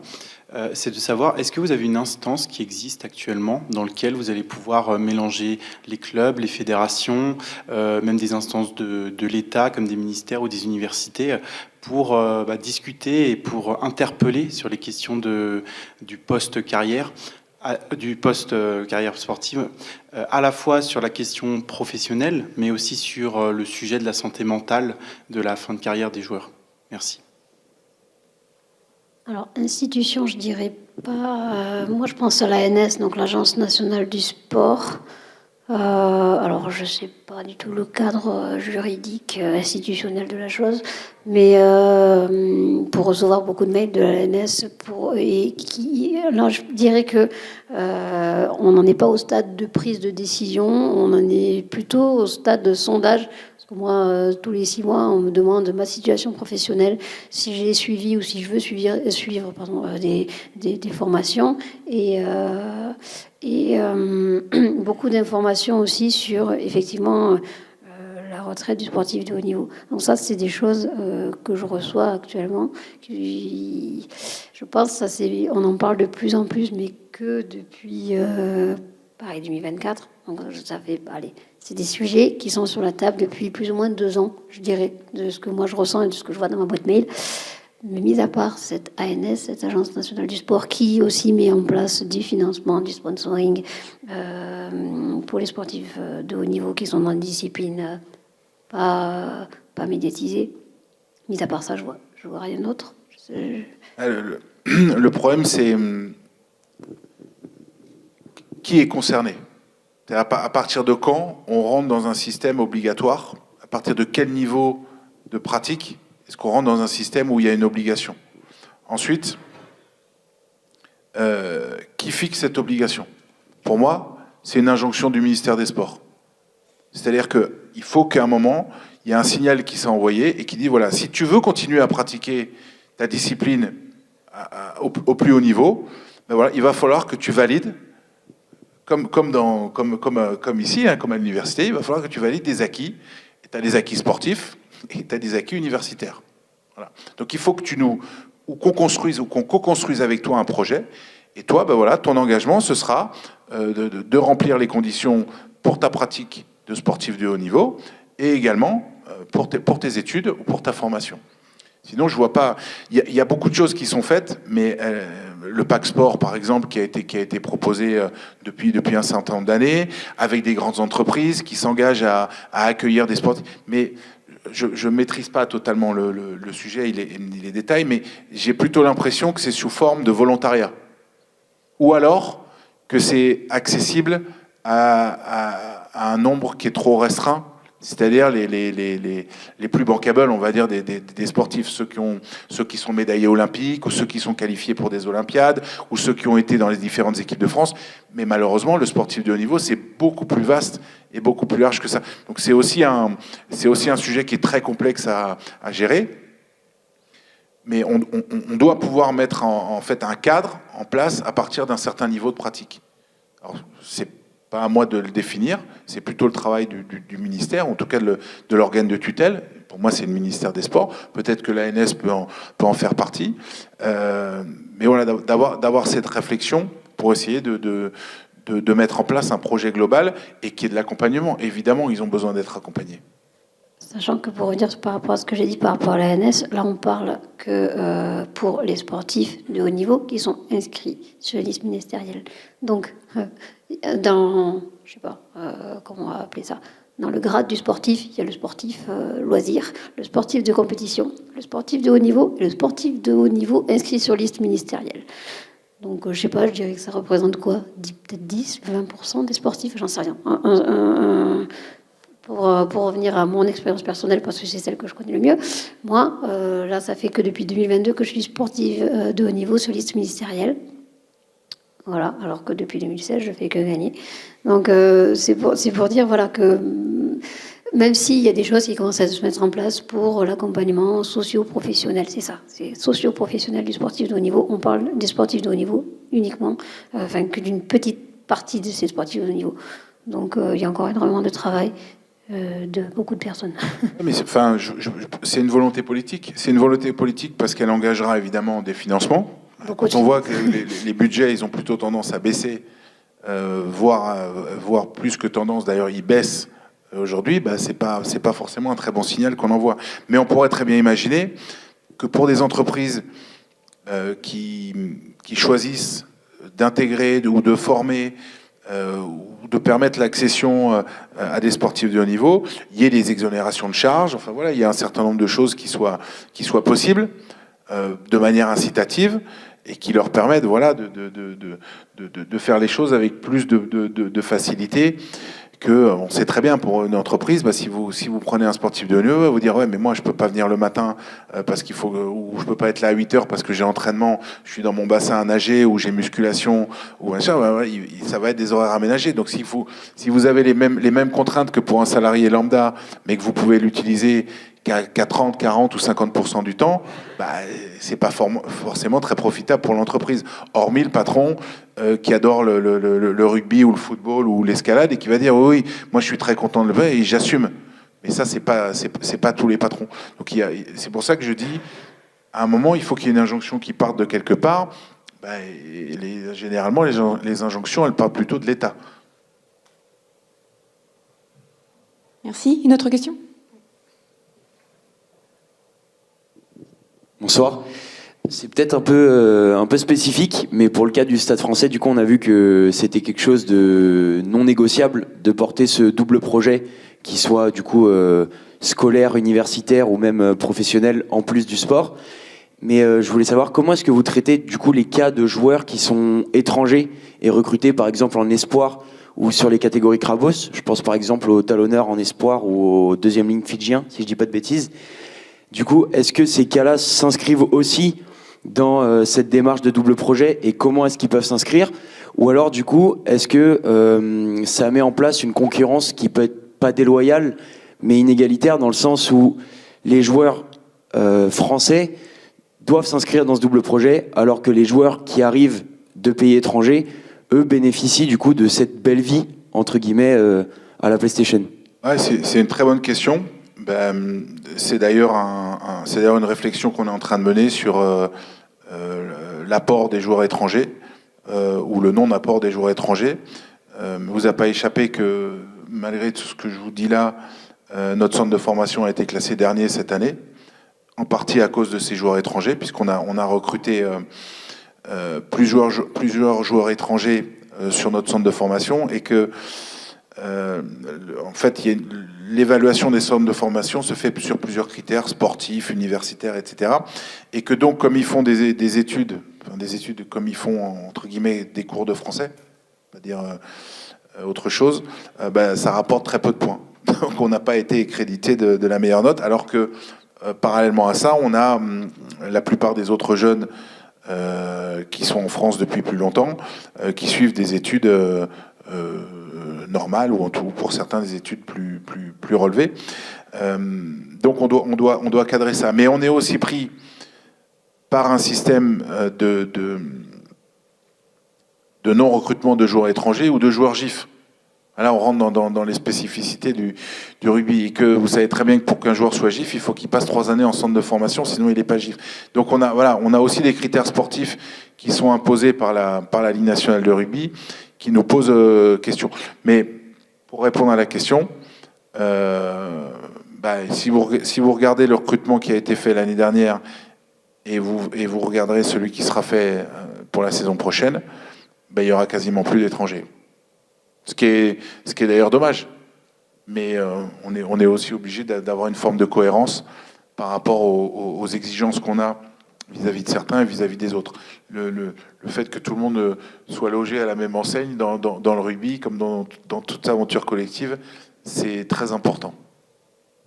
Merci beaucoup. Une autre question ? Oui.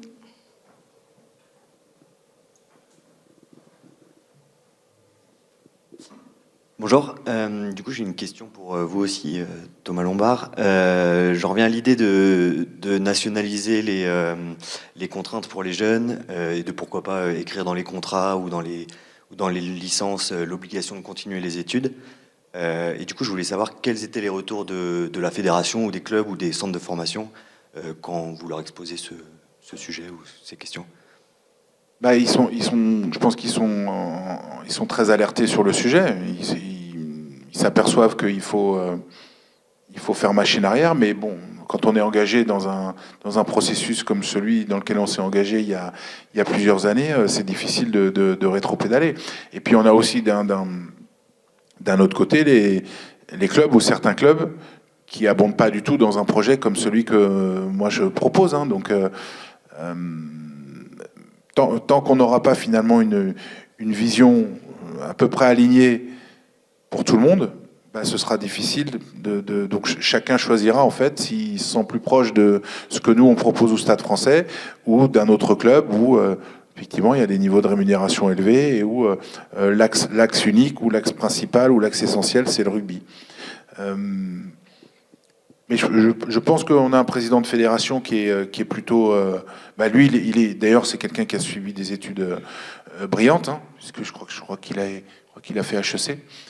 Donc, il sait de quoi il parle, et je pense qu'il a plutôt envie d'aller vers un rugby où il a des jeunes qui sont formés sur les deux volets. Mais tout ça prend du temps, et il faut aussi aligner le rugby professionnel. C'est-à-dire que la Fédération française de rugby, c'est pas la Ligue nationale de rugby. La Ligue nationale de rugby, elle a une délégation de pouvoir de la fédération, mais elle fait ce qu'elle veut. Donc il peut pas arriver comme ça et dire à partir de j'ai décidé que ça serait peut-être mieux, mais il peut pas le faire. Mais je pense qu'on est je pense qu'il y a une réelle prise de conscience aujourd'hui et qu'on va petit à petit arriver à changer. Si ce n'est à 180 degrés, mais au moins à rectifier un peu la trajectoire. Merci.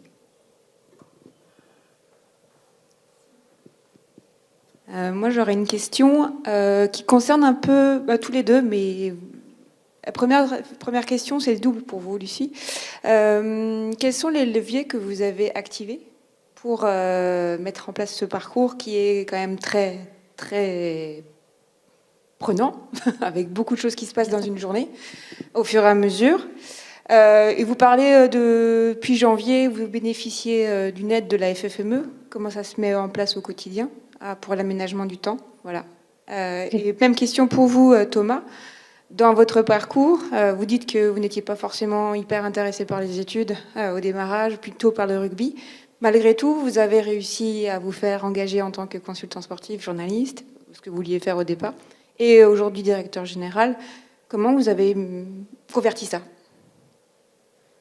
Wow. Alors, première question, les leviers. Le levier, comme je dirais que c'est un sacré foutu caractère, une détermination en fait. C'est vraiment moi faire du sport, ça a été plus pour moi le côté social à la base. Quand j'ai abordé le sport, c'était plus pour le côté social et pour moi me faire progresser dans ma vie et me faire retrouver goût à la vie et goût et pour retrouver une autonomie puisque j'avais 15 ans et que je me suis retrouvée en situation de handicap. Après, c'est l'entraînement, c'est ne rien lâcher. En escalade, vous ne rien lâcher, sinon voilà. Bon, c'est assez facile, mais bon, vu que tu l'as dit tout à l'heure, je reprends, je trouve ça génial. Moi, quand il y a mon compagnon qui m'encourage en compétition, il me dit accroche-toi, je lui dis oui, je sais, c'est mon métier. Donc, en fait, oui, je pense que tout sportif, comment on en est arrivé à atteindre ce niveau-là? Parce qu'on a aimé s'entraîner, qu'on a aimé de se faire mal, peut-être plus que d'autres, mais voilà. Après, on l'a dit largement, c'est toutes les valeurs qu'il y a autour du sport qui font qu'on aime ça. Et après, comment on met en place tout ça? On voit que pour rester au niveau, il faut un certain degré d'entraînement. On a le travail, on voit le temps qu'on n'a pas. On essaie de faire les choses au mieux. Moi, bien sûr, quand j'ai plus de temps, quand je travaille pas les week-ends, je fais du sport en plus pouvoir parce que j'adore ça. Quand j'ai moins de temps, parce que il y a le travail, je fais moins de sport. Mais je pense que tout ça, c'est drivé juste par par des passions et par l'envie de faire les choses, en fait. Donc ça se fait assez naturellement. Et puis pour la deuxième question, par rapport aux aides mises en place depuis janvier, pour l'instant, c'est en discussion. Voilà. Il n'y a rien de concret. Et parce que je suis la première personne à freiner. Parce que moi, j'ai pas fait 12 ans d'études pour que là, d'un coup, on me dise bon, mais c'est bon, maintenant, tu ne peux que travailler 2 jours par semaine. En attendant, moi, ça va donner un gros coup de frein à ma carrière scientifique. Donc là, je suis jeune chercheur. C'est maintenant que ça se fait. Je sais aussi que c'est maintenant que ça se passe pour les JO, mais je vais pas, comme on l'a dit tout à l'heure, faire que l'un ou que l'autre, c'est pas bon. Et voilà, j'ai un degré d'études et un niveau d'exigence dans mon métier qui fait que je ne peux pas me permettre de dire de ne travailler que 2 jours par semaine. Donc j'essaie et je réfléchis depuis janvier à comment concilier les deux. Peut-être prendre une après-midi ou 2 après-midi maximum par semaine pour essayer de m'entraîner plus, tout en gardant un certain niveau de travail.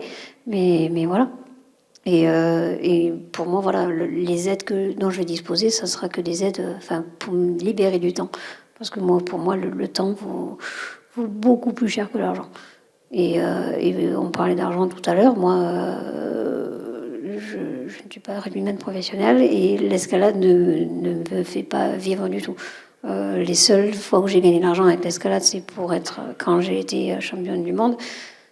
Donc là, ça fait 5 fois. Sur 5 titres championne du monde, j'ai eu 2 fois des prize money, donc des primes qui sont bien en deçà des primes que touchent les valides. Et voilà, c'est 500 et 800 euros. Voilà. Donc, je pratique depuis 12 ans l'escalade à haut niveau, et si je me suis fait 2000 euros depuis 12 ans, voilà. Donc non, je ne gagne pas ma vie, et je ne fais pas ça pour ça, d'où l'intérêt de garder mon métier. Donc c'est mon métier qui me fait vivre, donc je veux le garder. Je te laisse répondre à ta question si tu t'en souviens encore. Je m'en souviens encore. Bien, bravo. Moi j'ai une chance inouïe en fait. C'est que le rugby, enfin la carrière que j'ai pu faire entre guillemets, même si j'ai pas fait une carrière phénoménale, mais j'ai joué en équipe de France, j'ai eu la chance de jouer dans un club où on a beaucoup gagné, m'a permis d'avoir une petite notoriété, et que cette petite notoriété, le jour où je suis arrivé au bord du précipice, elle m'a permis d'avoir une sollicitation, deux sollicitations, qui étaient une de Canal+, et une autre d'une radio qui s'appelle RMC. Pour être plus transparent, c'était plus d'un copain qui travaillait à RMC qui s'appelle Vincent Moscato. Et Canal+, c'était pas un copain. Voilà. Et Canal+ m'a proposé de venir commenter des matchs, comme on le fait pour certains joueurs, mais pas pour tous, parce qu'il faut demander à avoir des commentateurs qui aient une petite notoriété, enfin des consultants en l'occurrence. Donc je rentrais dans cette case-là. Et ça m'a permis de rentrer chez Canal+, et de faire la même chose à la radio. Et il se trouve après que, comme je devais me débrouiller pas trop mal dans le commentaire des matchs ou pour raconter des histoires à la radio, j'y suis resté pendant 13 ans. Mais si j'avais pas eu ça, je sais pas ce qui se serait passé. Je peux pas vous répondre. Et si j'avais surtout pas fait la carrière que j'ai faite, je pense que j'aurais été bien embarrassé. Donc, quand je dis que j'ai eu une chance inouïe, je l'ai dit en introduction, je suis un privilégié, je le suis vraiment. Et c'est pour ça que je me permets aujourd'hui de dire avec autant de conviction et en étant plutôt direct les choses par rapport à ça, parce que je sais à côté de quoi je suis passé. C'est-à-dire de la correctionnelle. Donc, j'estime que je peux leur raconter ça, même si... évidemment, ça fait un peu ah ouais, toi tu donnes des leçons aux autres. Ok, je te donne des leçons. Mais en attendant, j'ai la faiblesse de penser que une fois que ma carrière elle s'est terminée, que j'ai regardé un peu dans le rétroviseur, j'ai vu que j'avais souvent frôlé la paroi, quoi. Voilà, pas la paroi. La paroi, j'aurais pu m'accrocher. Mais le mur, mais il y avait personne qui me tenait, quoi. Voilà. Et donc c'est tout ça, c'est des fois, on dit souvent, la vie, une carrière, ça peut basculer sur pas grand-chose. Moi, c'est ce qui m'est arrivé. Donc, c'est pour ça que je suis d'autant plus déterminé à essayer de mener à bien ce projet et à être sur leur dos le plus longtemps possible pour pas qu'ils fassent les mauvais choix. Merci. Ah, oula, du coup, il y a plein de questions. Qui en premier? Allez. J'avais une question pour Lucie sur l'escalade. Est-ce que ce que je comprends, c'est qu'en handisport, il n'y a peut-être pas le risque, mais est-ce qu'en escalade normale, il pourrait y avoir le même risque que pour le rugby et de prendre les mêmes biais que le rugby? Alors, pour l'instant, donc là, pour l'escalade valide, ils ont déjà eu 2 Olympiades, donc ils sont olympiques depuis 2020 et 2024. Comment dire? Il y a forcément un peu plus d'argent qui arrive. On voit aussi beaucoup de murs, de salles d'escalade privées se développer. Donc il y a vraiment un engouement autour de l'escalade qui est certain. L'engouement, il est maintenant officiel du fait de l'olympisme. Donc il y a de plus en plus d'argent, oui. Et il y a des sponsors qui sont là, mais qui sont historiques. Donc forcément, les meilleurs grimpeurs du monde vont pouvoir gagner leur vie grâce à uniquement en sponsoring et rien qu'en grimpant. On parle de peut-être 10 personnes. Voilà. Donc même les grimpeurs valides à très haut niveau.